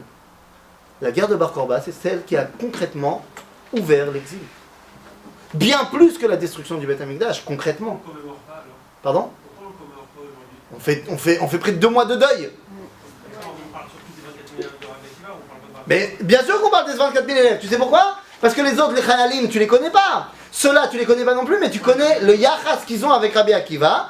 Or, quand tu as étudié les textes, tu vois pourquoi ils sont morts ces 24 000 élèves. Et maintenant, tu n'as plus le choix. Jusqu'à Shavuot, tu es obligé maintenant, dès que tu vas continuer tes trucs de deuil, de savoir pourquoi on est en deuil. Pas parce que des mecs, ils ont chopé un rhume. Mais parce que l'exil a commencé à ce moment-là. Alors tu dis, peut-être que maintenant, qu'on a Yom HaAtzmaut, que là où les... Pardon ? C'est la dernière insurrection de Minute aussi. C'est la dernière insurrection juive depuis, jusqu'à l'insurrection du ghetto de Varsovie presque. Et donc tu te dis, tu pourrais me dire, effectivement, aujourd'hui, on a eu Yom HaAtzmaut, c'est-à-dire qu'on a réussi là où les élèves de Rabbi Akiva, là où la guerre de Bar Korba a échoué, peut-être il est venu le moment d'annuler le deuil de Sfirat HaOmer et de redonner à Sfirat HaOmer son titre de Chol HaMoed. Oui, tu as raison. Tu as raison de dire ça, mais il faut attendre que les rabbanim ils le décident. C'est pas nous qui allons décider ici ce soir à Givat Shmuel. Bezrat Hashem, les rabbanim vont se mettre d'accord et vont comprendre qu'il y a Zman. Maintenant attention, parce que, ok, les élèves de Rabbi Akiva sont morts dans la guerre de Bar Korva, ça a été un moment terrible, Besséder. On l'a dit, Rabbi Akiva, de cette situation tragique, il va faire pousser une Torah, une nouvelle Torah. 5 nouveaux élèves, parmi eux, Rabbi Shimon Bar Yochai. Parce que, il y a quand même une histoire. Pourquoi est-ce qu'à Lag BaOmer, si tout ce que j'ai dit est vrai, on arrête d'être en deuil? On dit qu'il Lag BaOmer paskou milamut. Ils ont arrêté de mourir.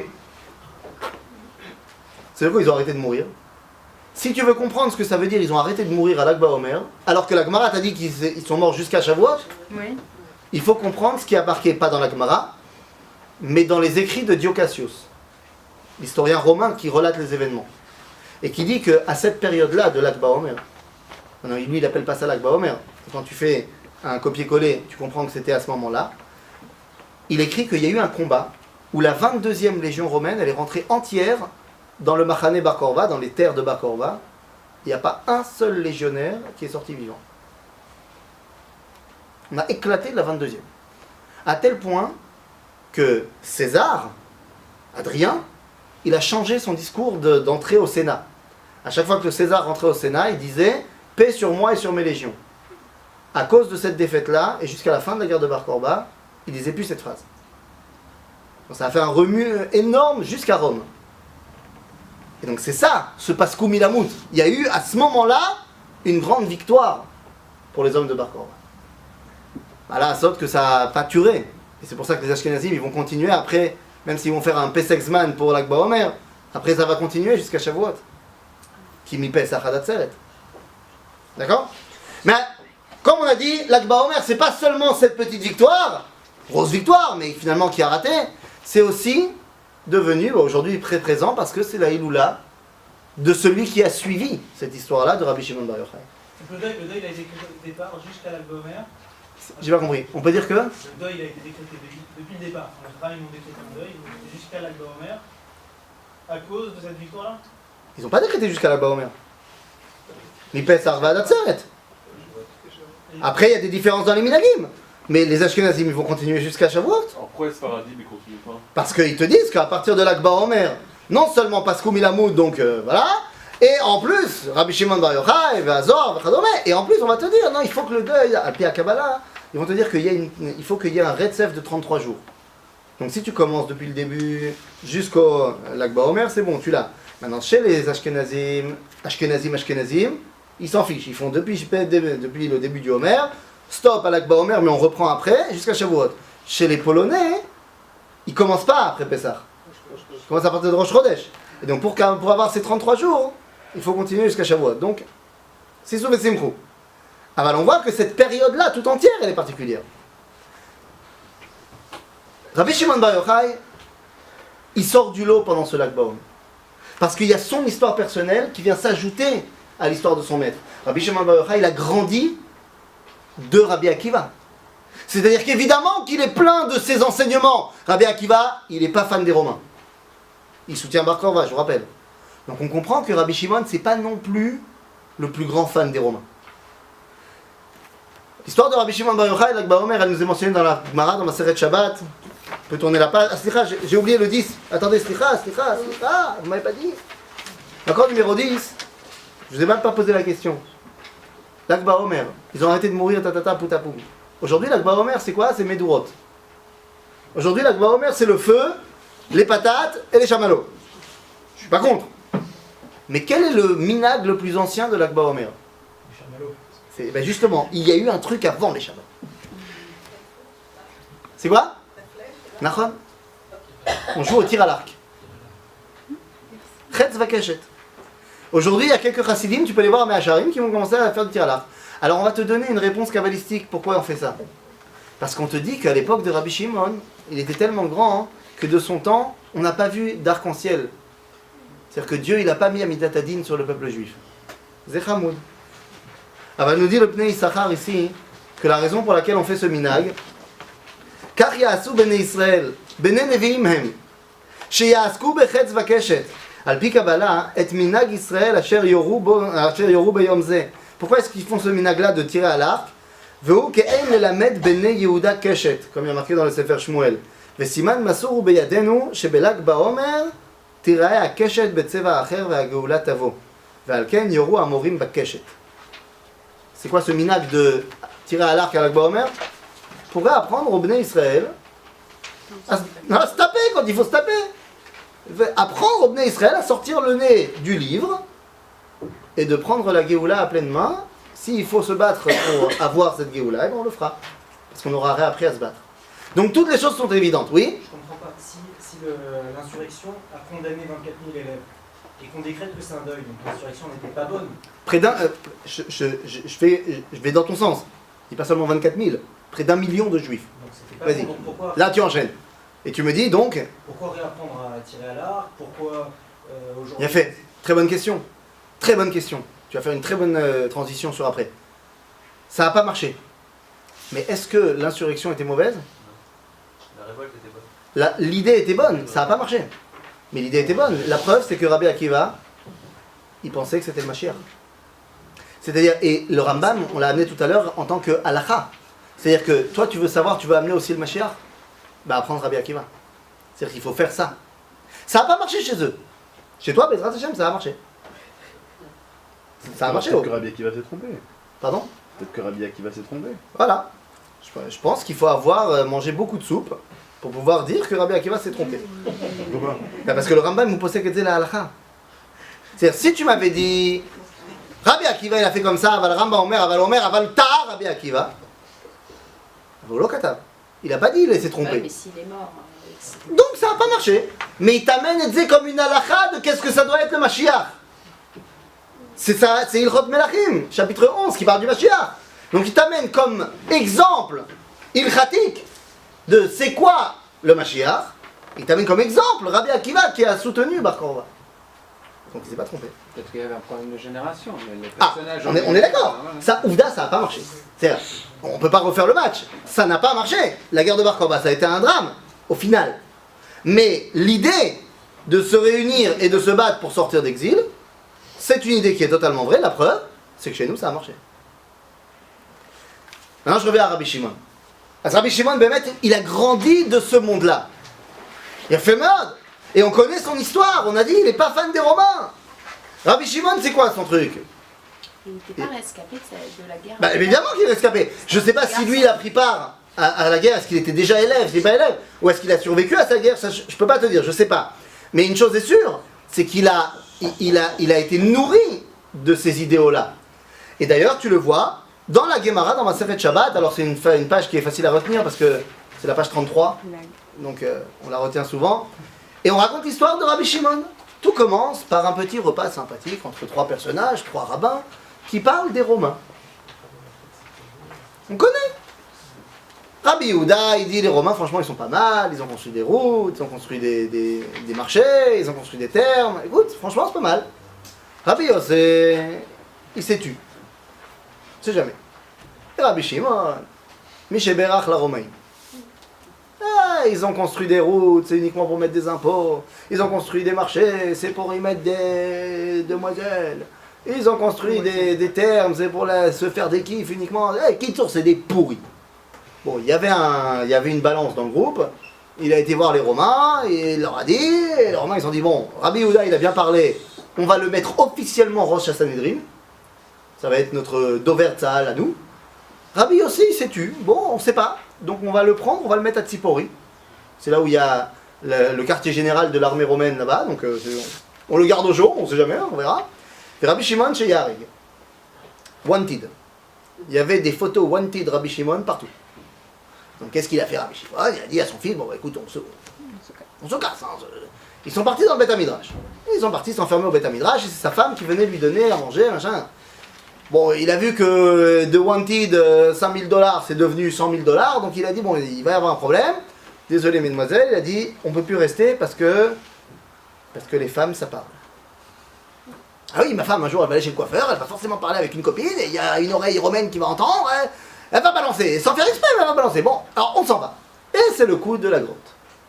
Ils vont avec, Rabbi Shimon, il part avec son fils, dans la fameuse grotte Apkin, que les guides aiment montrer aux touristes que si c'est la grotte de Rabbi Shimon Bar Yochai, Ani Batata.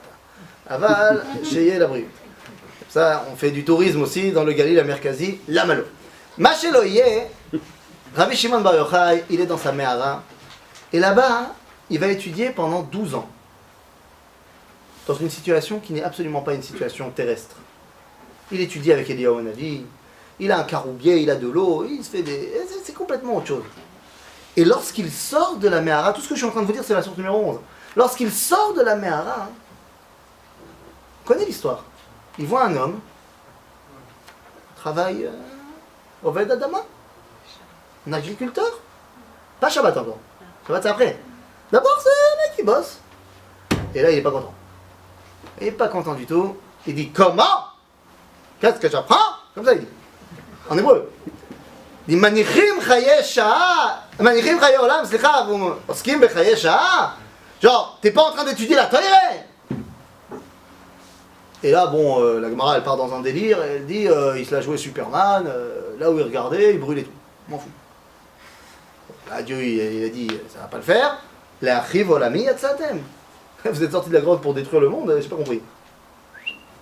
On retourne dans la grotte, pendant 12 mois. Intéressant, parce que la Gemara dit, Ki mishpat reshaim begeinom shtemasa chodesh. Parce que le jugement des reshaim au Geinam, c'est 12 mois, donc toi tu retournes 12 mois. En gros, c'était pas vraiment un chevar pour le Rabbi Shimon de ce moment-là. Mais moi, attends, d'après si je m'arrête là, je pourrais penser que Rabbi Shimon, il opte pour une vision, je ne vais pas dire charédite, mais spirituelle du monde, qui vaut mieux être uniquement dans la Torah et pas dans le Chaya Melacha. Ça correspondrait même à ce qu'il y a marqué dans Masechet Brachot sur Rabbi Shimon Bar Yochai, qui dit que si on fait ce qu'il faut, Ima Israël osim retzono shel makom, melachtam ne'asta al yedei acherim. Hein? De quoi? Ah, ça, non, mais il le dit pourtant. Il dit si Israël ils font la Torah, ils font ce qu'il faut, alors le travail il est fait par autre. Si il fait pas, alors il doit faire le travail. Avant de revenir sur Rabbi Shimon, je voudrais juste qu'il n'y ait pas de mauvaise interprétation de Rabbi Shimon Bar Yochai.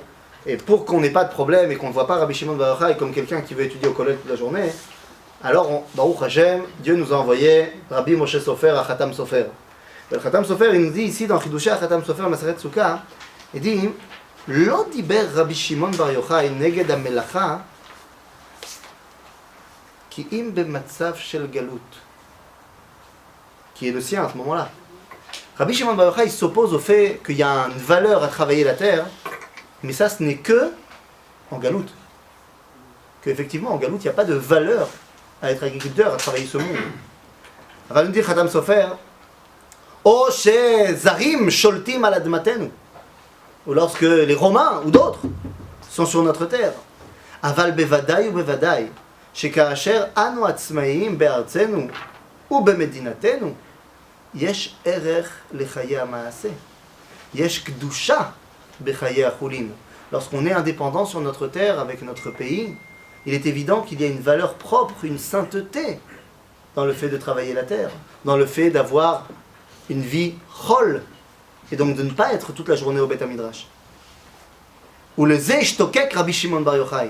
כל תשוקתו בא לידי ביטוי דרך עומק סתרי התורה שבספר הזוהר. רבי שמעון בר יוחאי, quand il ressort de la Mehara, la deuxième fois, il voit ce juif qui court, et il a dans ses mains 2 rameaux de myrte. Il dit, lama taratz, c'est Shabbos. Il dit, pourquoi tu as 2 rameaux? Il dit, echad keneged shamor, echad keneged zachor. Il dit, regarde, il dit à son fils, regarde comment les Bnei Israël, ils aiment les mitzvot. Maintenant, comment il aurait pu avoir ces rameaux de Hadassim s'il n'avait pas travaillé la terre pour avoir ces rameaux de Hadassim? Et donc il dit, Rabbi Shimon bar Yochai, tout son idéal, se dire évidemment qu'il y a une valeur à travailler, à être dans le monde, mais ça c'est quand on est là, quand on est en temps de Géoula, quand on est en Galout, Chaye Shah, c'est Chaye Shah. Et là Rabbi Shimon bar Yochai va nous dévoiler quelque chose d'extraordinaire. Il a tellement compris ce que son Rav a enseigné. Il a tellement compris ce que c'était que la guerre de Bar Korba. L'idéal de pousser les Romains pour retrouver notre identité et donc pouvoir refaire de notre vie au quotidien Kedusha. Lui, il ne l'a pas vécu. Parce que les Romains étaient à ce moment-là. Et donc nous dit le Khatam Sofer, tout sa ishtok écoute, tout ce qu'il a voulu, ce qu'il a rêvé, il l'a mis dans Sefer HaZohar. Torah Kabbalah, qui n'a qu'un seul rôle. D'accord, numéro 13, la Mishnah dans Pirkei Avot. Aftalion Omer, Chachamim, il parle au rabbin. Et qu'est-ce qu'il dit? Hizaharu bedivrechem, shema tachovu chovat galut. Il y a des gens qui donnent une explication ésotérique et qui disent que ça veut dire Chachamim, faites attention à ce que vous allez dire pour ne pas être exilé. Mais l'explication au sens propre, certainement, veut dire Chachamim. Hizaharu bedivrechem. Mettez le Zohar bedivrechem. Parce que sinon, vous ne pourrez pas sortir de Galout. Parce que Aftalion, il sait très bien ce que Rabbi Shimon bar Yochai va écrire dans le Zohar. Où il dit que, le Zohar, il dit lui-même, sur lui-même, il dit en étudiant ce livre-là, Shehu Sefer HaZohar, alors le peuple juif sortira d'exil par miséricorde. Vous allez me dire quel rapport? Hein? Aftalion, Badaï, je vois Alifnei. C'est pour ça que j'ai dit, il savait ce que Rabbi Shimon il allait écrire dans. C'est-à-dire, en quoi le fait d'étudier la Kabbalah, ça nous fait sortir d'exil? Pashut Meod. On est sorti d'exil parce que Ben Gurion il a déclaré l'indépendance de l'État d'Israël en 1948. Alors pourquoi Ben Gurion déclare l'indépendance en 1948? Parce qu'il y a eu le vote des Nations Unies d'abord. Pourquoi il y a eu le vote des Nations Unies? Parce qu'il y a d'abord eu la SDN avant la Deuxième Guerre mondiale qui a signé la déclaration Balfour. Pourquoi il y a eu la déclaration Balfour? Parce que les Britanniques ils viennent de conquérir la Palestine. Mais quel rapport entre les Britanniques, la Palestine et les peuples juifs? Parce qu'au moment où les Britanniques ils rentrent ici, ils voient qu'il y a 400 000 juifs en Israël. Qu'est-ce qu'ils viennent faire là, ces 400 000 juifs? Parce qu'il y a eu la troisième, la deuxième et la première alia, qui les a fait remonter en 1882, qui ont commencé à faire venir des gens en masse. Mais ces gens en masse qui sont arrivés, ils sont arrivés uniquement parce qu'il y avait déjà des gens qui étaient là, qui avaient montré le chemin. Ces gens qui ont montré le chemin, c'était des élèves de 2 personnes, et d'autres, qui étaient les plus grands Mekoubalim de leur génération, et qui, mitoch halimud, Gaon Mivilna, vers Baal Shem Tov, ont envoyé leurs élèves en Israël pour préparer le terrain. Parce que depuis les enseignements du Zohar, ils en sont revenus à l'explication, à la compréhension qu'il faut sortir d'exil. Et ils l'ont fait. Cette sortie d'exil, le fait de pouvoir retrouver une véritable vie, c'est la concrétisation et la réalisation, le succès de la guerre de Bar Korba qui a échoué. C'est pour ça d'ailleurs, oui, question. Dans un shiur précédent, tu as dit qu'on pouvait sortir d'exil à partir du moment où on avait l'accord des nations. D'accord. Tu as donné la Hatzarat Balfour. D'accord. Quand le Gaon de Vilna et le Baal Shem Tov, ils envoient leurs élèves, c'est avant. Alors, Si. parce qu'on n'est pas Baderer, il n'y a pas un problème dedans. C'est une très bonne question. Un jour, le Rav Cherki m'a raconté que il était en France interviewé dans une radio juive et on lui a demandé bon, vous êtes très sioniste, machin, mais est-ce que le sionisme ne refait pas la même faute que les Bnei Ephraim dont tu parles, qui sont sortis d'Égypte avant le moment voulu? Il a répondu comme ça. Il a dit, tu sais, lorsque Moshe est arrivé et qu'il a dit, c'est les gars, on sort d'Égypte, les Bnei Israël ne l'ont pas accepté. Il fallait qu'il fasse ses preuves. Et c'est Besséder. Il dit, mais après que Moshe il t'ait fait les 10 plaies, qui t'ait fait la mer rouge, qui t'ait donné la manne, qui t'amène aux portes d'Eretz Israël, si tu continues à douter, ça s'appelle Datan Ve'avira. C'est-à-dire, tu aurais pu, à l'époque du Baal Shem Tov et du Gaon de Vilna, dire, ah, ça sent Bnei Ephraim. Nachon. Qu'est-ce qui va définir? Est-ce que c'est Bnei Ephraim ou c'est Moshe? Mifran Atotza. Au final. Ça a marché ou ça n'a pas marché? Ça a marché. C'est ça? Maintenant, parce qu'on a compris Rabbi Shimon, l'Akbar Omer, parce qu'il a compris l'enseignement de Rabbi Akiva et le Kishalon, la défaite de la guerre de Bar Korba, mais il en a pris toutes les forces et les idéaux, il a mis tout ça dans Sefer HaZohar.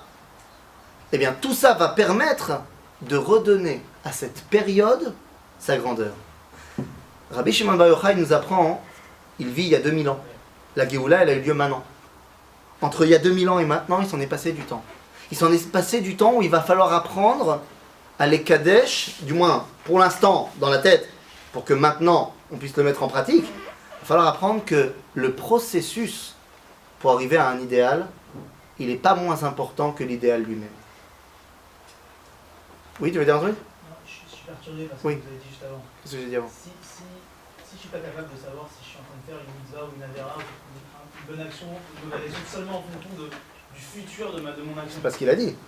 Si, c'est-à-dire, à l'époque du Gaon de Vilna, si je les avais suivis et que c'était trompé comme Ephraim. Attends, Bnei Ephraim, c'est avant le Matan Torah. Donc c'est pas cher de parler de mitzvah ou avera. À l'époque du Gaon de Vilna, on a déjà reçu un truc très intéressant qui s'appelle la Torah. Dans cette Torah, il y a une mitzvah, Yishuv Eretz Israël. Donc, le Gaon de Vilna, quand il dit faut partir, il envoie ses élèves vivre en Israël, il ne fait que respecter la mitzvah de Yishuv Eretz Israël. Est-ce que cette mitzvah, au final, va se transformer dans ce qui s'est passé, à savoir, ça va devenir la Géoula, plus tard? Ou est-ce que ça va rester du domaine de la mitzvah individuelle du mec qui décide de partir de la Lituanie et d'aller s'installer en Israël? Ça, on ne pourra le savoir que après coup. Il ne s'agit pas ici de décider de faire une avera qui va se transformer en bien. C'est une mitzvah de venir habiter en Israël à la base. C'est-à-dire, donc par contre, la question de savoir est-ce que ça reste du domaine de la mitzvah individuelle ou c'est les prémices de la Géoula, ben ça tu pourras le voir que après. C'est-à-dire, donc maintenant qu'on voit cela, que Rabbi Shimon nous explique par tout ce qu'il a appris de ces 24 000 élèves qui l'ont précédé et qui sont tombés, qu'il y a une valeur au processus. Et c'est ce qui va donner toute l'importance de la période dans laquelle il y a eu cette guerre de Bar Korba, dans laquelle il y a eu ces élèves de Rabbi Akiva, dans laquelle nous nous trouvons. La période dans laquelle nous nous trouvons, on a commencé le shiur en disant cela, on a dit, elle est très particulière. Parce qu'on nous dit, et on va le redire encore ce soir, Baruch Ata Hashem, Elokeinu melech haolam asher kiddeshanu, yesh kedusha, b'mitzvotav vetzivanu al Sfirat HaOmer. Et je reviens sur ce qu'on a dit avant. Ça sert à rien. Mazal Sfirat HaOmer. Mais c'est Sfirat HaOmer. On s'en fiche du Sfirat HaOmer. Si tu me dis que l'idéal c'est Shavuot, quel rapport avec le décompte de... Non. Et si tu me dis que l'idéal c'est le Korban HaOmer, c'est-à-dire le Korban HaOmer, c'est un jour. Et après il n'y a plus rien, aucun rapport. C'est quoi ce Al Sfirat HaOmer? L'Ichora, elle n'a rien à voir avec rien cette bracha. Certainement pas avec la Hagdara du Chinour. Pour comprendre pourquoi cette bracha elle est tellement essentielle, eh bien, il faut comprendre comment ça se passait à l'époque. Le Rambam nous dit dans Ilchot Midim ou Musafim, lorsqu'il va parler de Ktsirat HaOmer, de la mitzvah d'amener le korban du Homer, il dit comment on faisait. C'est le lendemain de Pessah. Le lendemain de Pessah, tout va bien. On envoie le responsable, le mec qui a été choisi, le Kohen, machin. On l'amène dans les champs. Et il y a tout un tékès que le Rambam il met ici, je vous le dis comme ça par oral, il dit tout un tékès, il fait nuit. Et il dit il fait nuit les gars, ouais c'est bon. Et tout le monde dit ouais il fait nuit, c'est bon. Je prends cette fourche là, ouais prends, vas-y, fais-toi plaisir. Le Rambam il rajoute, il dit Ve'im ze Shabbat. Aujourd'hui ça peut pas tomber comme ça, mais à l'époque ça pouvait tomber n'importe quel jour. Im ze Shabbat, donc on parle de quel jour? On parle du lendemain de Pessah. C'est ça? Rambam me dit, Ve'im aya Shabbat, Omer, Shabbat ayom. Genre, c'est bon, c'est Shabbat, ça y est, c'est bon? Et tout le monde lui répond, Ken, Shabbat ayom, Ktsor. Vas-y, coupe. C'est Shabbat, hein? T'as le droit de couper, de moissonner, de récolter Shabbat? Pas le droit. Quel aval bidiouk Inyan? Tu dis, mais oui, mais attends, pas de problème, qu'est-ce qui se passe? On fait des corbanotes Shabbat. Exactement, on fait des corbanotes, mais est-ce que tu as le droit de préparer ta vache Shabbat pour un korban que tu vas donner dimanche? Non. Que tu me dises que le korban à Homer, tu le fais Shabbat, j'ai pas de problème. Mais là, on parle pas du korban. On parle encore pour l'instant de la préparation de Ksirat à Homer. Hein? Encore une fois, Besséder c'est une mitzvah, mais le Tamid Shel Shachar, au Tamid Shel Ben Ha'arbaim que je vais faire Shabbat, est-ce que j'ai le droit de préparer mon Tamid de Yom Rishon pendant Shabbat? Non. J'ai quoi? Mais Otoyom le Otoyom, c'est pas le Otoyom le Otoyom. Ani Oset ze ba'erev la boker. Ça j'ai pas le droit de faire. Non, j'ai pas le droit de faire. Là, qui korbanot ze mi ayom la laila. J'ai pas le droit de faire ça. C'est pas par rapport au Tzodkim qui Il a fait. Il a fait. On avait travaillé ça hier soir. Exactement. Tu amènes ici un autre problème. Alors, tu sautes directement à la source 17, on viendra à la 16 après. Tu dis effectivement, cette histoire de Shabbat, pas Shabbat, ça a été un grand problème à l'époque du deuxième temple. Les Baïtoussim, eux ils disaient, vous savez, dans la Torah il y a marqué que le Homer c'est Mimachorat à Shabbat. On a lu le premier verset, Mimachorat à Shabbat. Qu'est-ce qu'ils disent les Baïtoussim, les Tzlukim? Ils disent Mimachorat à Shabbat, vous savez ce que ça veut dire? Mimachorat à Shabbat. Oh là là, ils sont vraiment pas sympas ces gens-là. C'est à toi de t'expliquer, c'est pas à eux. Eux ils disent, il y a marqué dans la Torah le lendemain de Shabbat. Donc ça veut dire quoi? Ça veut dire le lendemain de Shabbat. Et toi, les rabbins, tu viens et tu dis non, quand il y a marqué le lendemain de Shabbat, ça veut dire le lendemain de Pessah. Et il y a une telle marloquette qu'au final, les Chachamim, ils ont gagné, ils en ont décrété 8 jours de fête. 8 jours de fête. Mais pourquoi il y a 8 jours de fête? Tu sais pourquoi? Parce qu'ils ont décrété que comme c'était Mimachorat à Shabbat, Pesach, ça veut dire que Chag à Shavuot, ce sera toujours la même date. Alors qu'avant, la date, elle pouvait changer. Shavuot, selon les Baïtoussim, Shavuot, ça tombe toujours le même jour, dans la semaine, parce que c'est le lendemain de Shabbat, mais la date, elle peut changer. Alors que selon la Torah, la date, elle est fixe, le jour de la semaine, il peut changer. En quoi ça mérite de faire 7 jours de fête? 8 jours de fête, c'est rare. Agave, qui vont faire que les Yamim, aujourd'hui, on ne fait pas du tout Tachanoun tout le mois de Nissan, parce que la majorité du mois, on est en fête. C'est grâce à ces 8 jours de fête-là, qui ont été rajoutés au début du mois de Nissan. La Mamakara. Qu'est-ce qui est tellement fou? C'était quoi tellement la marloquette que eux, ils ont dit, il y a marqué dans la Torah le lendemain de Shabbat, et eux, ils disent non, le lendemain de Shabbat, ça veut dire Nissan, ça veut dire Pessah. En quoi c'est tellement écroni? Il y a un combat dans toute la Gemara. Bien sûr, d'accord, je veux bien, mais il faut dans chaque cas comprendre quel est le problème, quel est le combat. Parce que là, tu comprends que ça paraît pas tellement réformé ce qu'ils disent. Ils disent dans la Torah, il y a marqué Mimachorat à Shabbat, ça veut dire Mimachorat à Shabbat. C'est pas tellement fou ce qu'ils disent. T'es d'accord avec moi? Ça paraît intelligent même. Mais en fait, quand ils disent ça, ils enlèvent un yesod qui est le yesod de Rabbi Shimon Bar Yochai et de Milchemet Bar Korva. Si tu dis que... Oui? Dans la Torah, des fois, pour Yom Kippour, on l'appelle Shabbat Shabbaton. Oui, mais Pessah, c'est pas appelé Shabbat. Je suis d'accord, mais on nomme Yom Kippour comme le Shabbat des Shabbats qui tombe le 10 Tishri. Je suis d'accord avec toi. Le 10 Tishri ne tombe pas que le samedi.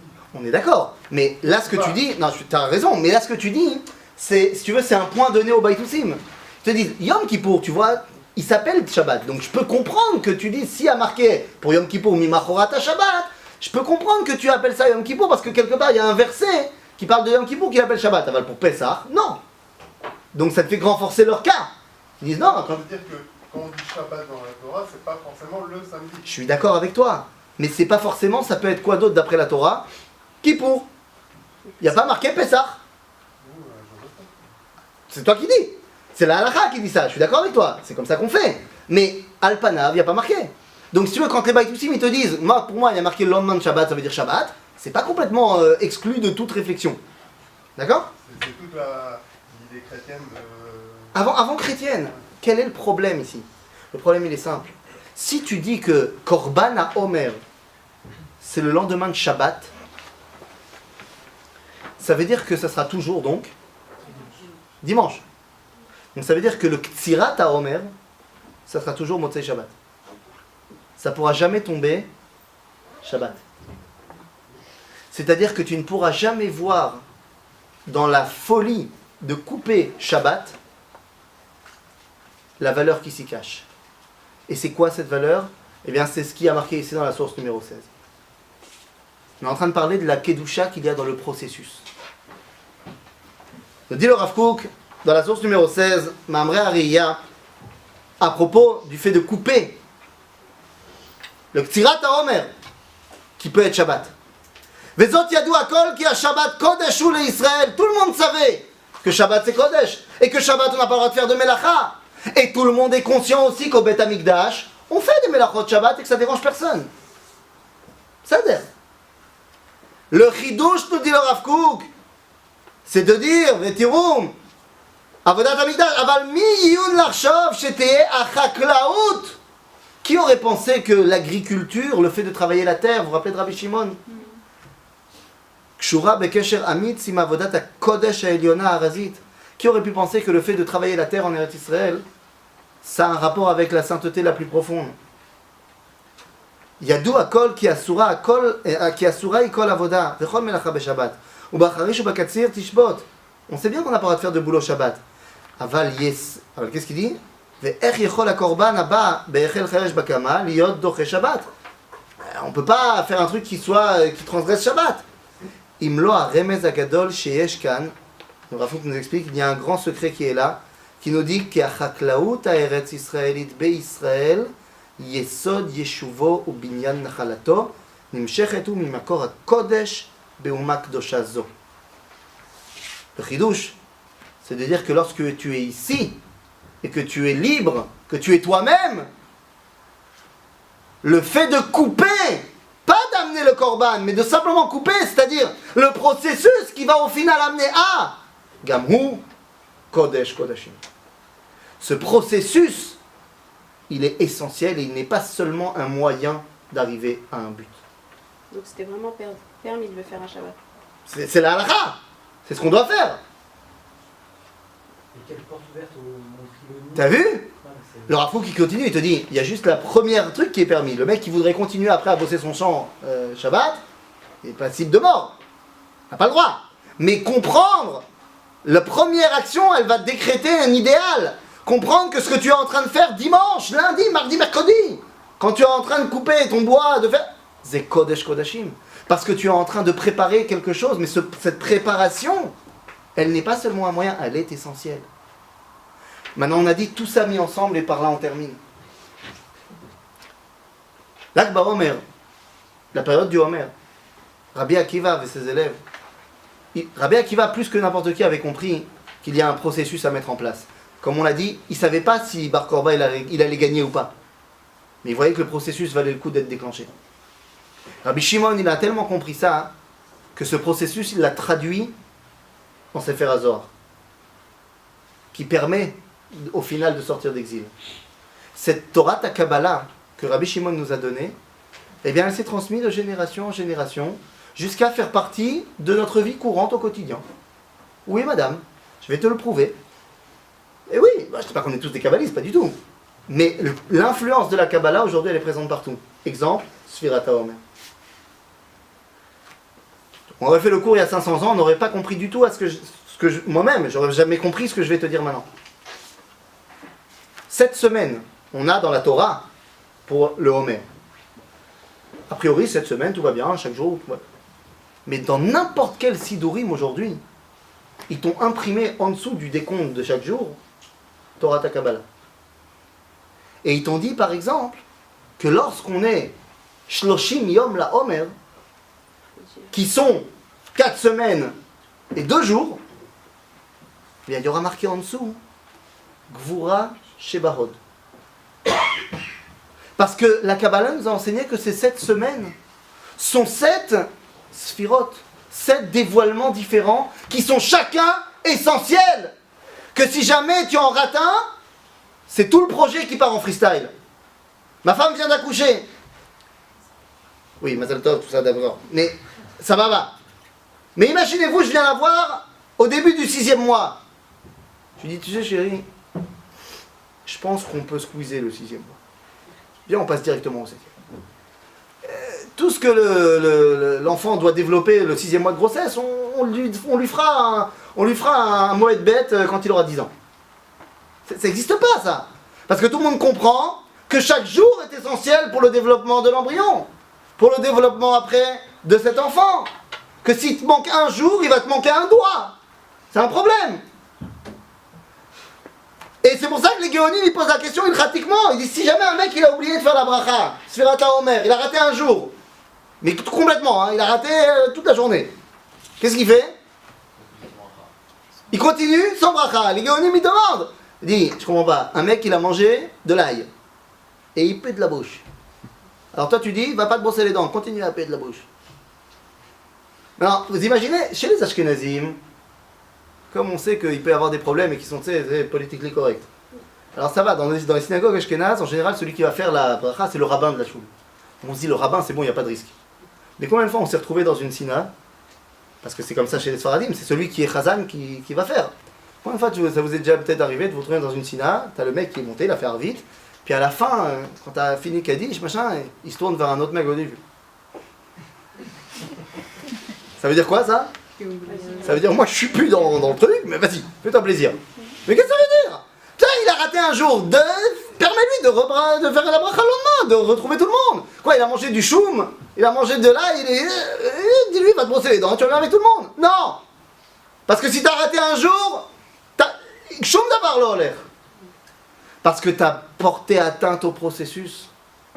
Tu penses, si t'as raté un jour et que tu penses que tu peux revenir, c'est que tu penses qu'en fait, c'est juste pour arriver d'un point A à un point B.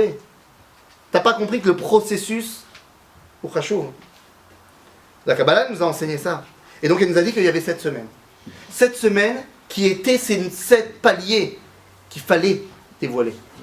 Chesed, Gvura, Tiferet, Netzach, Hod, Yesod, Malchut. Ce que je dis maintenant, il y a 500 ans, personne, ni moi, ni vous, on l'aurait compris. Quelques kabbalistes l'ont compris. Mais aujourd'hui, c'est l'apanage de tout le monde. Il s'est passé dans l'histoire, depuis Rabbi Shimon Bar Yochai jusqu'à aujourd'hui, des événements qui nous ont fait comprendre pourquoi Akadosh Baruch Hu, il a mis ces 7 semaines-là, à ce moment-là, pour arriver de Pesach à Shavuot. La première semaine, elle s'appelle Chesed. Ça, c'est pas un secret, on l'avait compris depuis le début, depuis la Torah. C'est quoi la première semaine du Homer? C'est Pesach. Pesach, c'est Chesed Mulcha. C'est Chesed Gamur. Dieu nous a sortis d'Égypte, Bechesed. La deuxième semaine, c'est quoi? Gvura. Hein? C'est quoi? Quoi? C'est Yom HaShoah VaGvura. Certes, c'est récent. Mais on a compris maintenant qu'il s'est passé un truc à ce moment-là qui montre la Gvura du Ham Israël. Yom HaShoah VaGvura. Maintenant, entre parenthèses, ces 7, vous pouvez tout de suite les mettre en relation avec les 7 Ushpizin. Avraham, Chesed, Yitzhak, Gvura. La troisième semaine, Tiferet. On a dit dans le cours de Yom HaAtzmaut, le Harizal nous a expliqué que c'était la Géoula. Quand? Beyesod Sheba Tiferet. La semaine de Tiferet, c'est Yom HaAtzmaut. C'est comme ça que le Harizal l'a appelé. C'est Matim avec Yaakov. Parce que Yaakov, c'est celui qui était en exil, qui a assez réussi, il nous a appris comment on sort d'exil. La 4e semaine, Netzach. Moshe Rabbeinu. Moshe Rabbeinu, si je ne me trompe pas, il a eu 2 boulots dans sa vie. Je ne parle pas du prince d'Égypte, quand il est devenu un mec de chez nous. Il a eu 2 boulots. Il y a le Rabbeinu, qu'on connaît, mais avant ça, le boulot de Goël. Il nous a sortis d'Égypte. C'est-à-dire qu'il a été celui qui a été choisi pour nous sortir d'Égypte. Je peux savoir pourquoi il a été choisi? Qu'est-ce qu'il nous dit le Rambam? Pourquoi il a été choisi lui et pas quelqu'un d'autre? Pour recevoir la névoie, pour nous être envoyé? Ah, ça c'est Manitou, c'est pas le Rambam. Il a cherché le mouton, ça c'est parce que c'est un berger, Besséder, Nachon. Mais c'est pas ça qui lui a donné la névoie. Oui, non, Nachon, ça montre qu'il est prêt à s'occuper des autres. Mais c'est pas pour ça qu'il a eu la névoie. Parce que Bourré d'Anava, ça on le saura plus tard. Le Rambam nous dit parce qu'il a fait un truc. C'est qu'est-ce qui a fait qu'il va recevoir la névoie au sneh, au buisson? Il a fait en fait 2 trucs qui en sont un, c'est la même chose. Il a frappé l'Égyptien et il a sauvé ce juif qui se faisait frapper et il a sauvé les filles de Yitro, de ceux qui les embêtaient. Il dit le Rambam, c'est la base de son dévoilement prophétique. C'est-à-dire que Moshe, il a commencé par prendre fait et cause pour un peuple juif qui était persécuté. Un peuple juif d'ailleurs qui lui était assez étranger parce que lui-même avait grandi à l'extérieur, comme tu dis. Et finalement, quand il a vu que même l'assimilation culturelle ne marcherait pas, il a compris que le seul moyen de sauver ce peuple juif, c'était de les sortir de l'exil et de les amener et de leur créer un pays. La reine c'est Midat HaNetzach, Moshe Rabbeinu. Et c'est pour ça que Akadosh Baruch Hu, il a fait en sorte que, beaucoup plus tard, le jour qui est Netzach Sheba Netzach, donc le Netzach à fond, c'est la Iloula de Herzl, qui a fait exactement la même chose, qui était aussi extérieur au peuple, et qui était aussi à la base pour une assimilation culturelle. Mais lorsqu'il a vu l'affaire Dreyfus, ce juif frappé, il a dit bon bah alors ça ne marchera pas mon idée d'assimilation culturelle, et il a écrit l'État juif. Et il a lancé un processus qui finalement nous amènera là où on est. La semaine suivante, c'est Hod, c'est la semaine dans laquelle on est. Hod, nous dit la Gemara, c'est Beth Amikdash. Hod, c'est l'intériorité la plus profonde. La reine, c'est Aaron à Cohen. Et la reine, Hod Sheba Hod, c'est la Iloula de Rabbi Shimon Bar Yochai. La semaine suivante, la semaine prochaine, Yesod. La reine, c'est Yosef. Parce que Yosef, on l'appelle comment? Yosef Hatzadik. Mais Tzadik, dit la Gemara, Yesod Olam. Donc qui va dévoiler cette Yesodiyut pour être Tzadik? Il y a un homme qui a passé sa vie à nous expliquer comment on devient Tzadik. Il s'appelle Rabbi Moshe Chaim Luzzatto. Il nous a écrit un livre qui s'appelle Silat Yesharim, pour nous expliquer comment on devient Tzadik.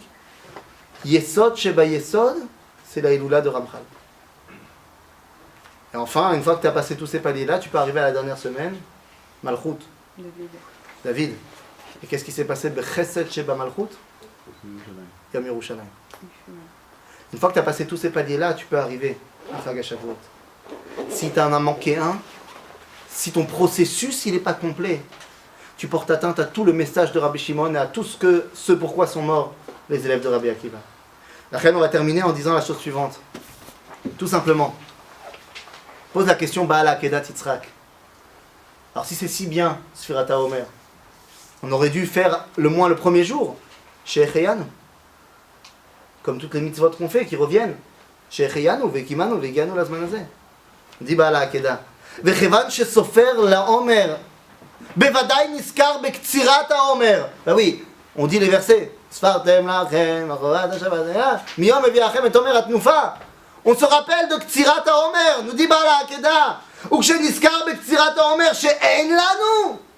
Aujourd'hui, il n'y a pas. Il n'y a pas cette faculté de comprendre qu'il y a une Kdusha dans le fait que même Shabbat je coupe. Il n'y a pas aujourd'hui. Donc il dit Ech yechol levarer she'echeyanu. She'echeyanu mi ba'ele. Kina mi ba'ele. Il faudrait pleurer qu'on ne puisse pas dire she'echeyanu. Donc il y a une époque où il le faisait? Non, on ne le fait pas. Mais il te dit pourquoi on ne le fait pas. Parce que les brachot, elles ont été faites après la destruction de Beth Amikdash.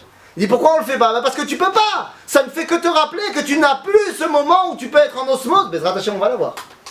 Et donc je reviens à ce que disait le Chinour au tout début du cours.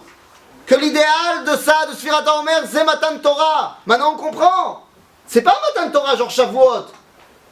Parce que Matan Torah, c'est Sfirat HaOmer. Toute la Torah, c'est de prendre conscience que le processus, que la vie au quotidien, c'est Kodesh. Pas seulement le moment où j'arrive au Beth Amikdash, mais la vie au quotidien, c'est Kodesh. Rabbi Shimon Bar Yochai, il l'a compris, mais ça, il a compris que ça pouvait être que ici, que là-bas, c'était pas possible. Et c'est pour ça qu'une fois qu'on a compris tout ça, eh bien, à Shavuot, fort de cette Sfirat HaOmer, on va lire un petit livre qui s'appelle Ruth. Et dans ce livre de Ruth, à la fin du livre, et Bémet, par là on termine, Kadosh Baruch Hu, il va nous donner un mot unique. Unique dans tout le Tanakh. Vaikar Boaz et Ruth. Boaz, il prend Ruth. Vateilo Leisha, se marie avec elle. Vayavo Elea. On va faire des trucs, je peux pas vous dire. Et après, normalement, dans la Torah, dès qu'on veut dire qu'il y a eu un acte, il y a marqué Vatar, Vateled. Elle a conçu, elle a enfanté. C'est mon non, pas Ruth. Pas la grand-mère du Mashiach, pas Imachel Malchut. À elle, qui a tellement compris ce que c'était que la Gdusha du processus. Alors à elle, on va lui dire un mot unique dans tout le Tanakh. Vayiten Hashem la Herayon. Il lui a donné une grossesse. Toutes les femmes du Tanakh, elles ont été enceintes. Hein. Que ce soit clair. Seulement, c'est pas marqué. Parce qu'elles n'ont pas compris. Ruth, elle a compris. Chez Herayon, la grossesse, elle est tout aussi Kdosha que la naissance elle-même. Zé Matan Toraten. Zé Sfirat HaOmer. C'est ça que nous a enseigné Rabbi Shimon Bar Yochai, qui nous a permis de traverser 2000 ans d'exil pour sortir. C'est ça que nous a appris Rabbi Akiva et ses 24 000 élèves lorsqu'ils ont essayé de nous faire sortir d'exil. Alors je reviens à ce que tu disais et je termine par là. Encore une fois. T'as raison. Peut-être que viendra un temps où on annulera le deuil de Sfirat HaOmer pour lui redonner sa grandeur d'antan. Que chaque jour, on avance encore et encore vers la prise de conscience que tout ce qu'on est en train de faire, c'est pas pour arriver à Chag HaShavuot. Pour prendre conscience que ce qu'on est en train de faire, c'est Chag HaShavuot. Chez Bezrat Hashem, il nous reste presque 3 semaines pour arriver à Chag HaShavuot. Qu'on soit conscient que toutes ces ma'alot, tous ces degrés qu'on est en train de passer un par un, c'est Chag HaShavuot. Donc il n'y a pas de meilleure préparation à mon avis pour arriver à cela que le tioul organisé dans quelques jours, dans quelques semaines. Birushalayim, l'Irvod Yom Yerushalayim, préparation exemplaire pour Chag HaShavuot chez Ano, Chag Sameach, Shavuot Tov.